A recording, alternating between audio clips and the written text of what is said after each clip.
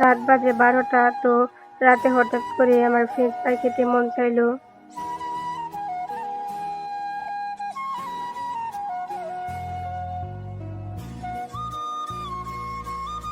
চলো বেশি দেরি না করে এখন রেসিপিটি শেয়ার করা যাক। তো প্রথমে আমি 2টা ডিম সিদ্ধ করে নিলাম। এরপর মাঝারি সাইজের 4টি আলু নিলাম।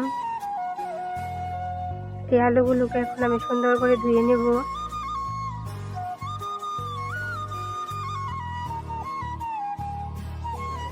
আলুগুলো ধুয়ে নেওয়ার পর এখন একটি আলু ছিলিয়ে আমি পাতলা করে কেটে নেব।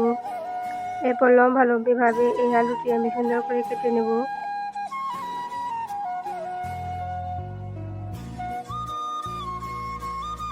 এর মাঝে আমার একটা আলু পচা বের হলো। এরপর আমি এগুলোকে সুন্দর করে পানি দিয়ে ধুয়ে পাতলা কাপড় দিয়ে উপরে পানি মুছে নিয়েছি।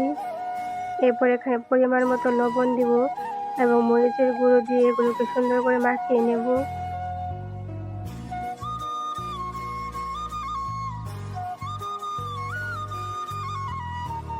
এরপর আমার হাতের কাছে স্বাদের মশলা ছিল, তো এটা আমি দিয়ে দিলাম। আপনাদের কাছে থাকলে আপনি দিতে পারেন, না হলে স্কিপ করতে পারেন। এরপর এখানে আমি পরিমাণ মতো বেসন এবং চালের গুঁড়ো দিয়ে দেব। দিয়ে এগুলোকে সুন্দর করে আমি কুট করে নেব। এরপর পরিমাণ মতো তেল দিয়ে তেল গরম হয়ে যাওয়ার পর এখানে আমি কুট করে রাখা আলুগুলো দিয়ে দেব এবং লালচে করে ভেজে তুলে নেব।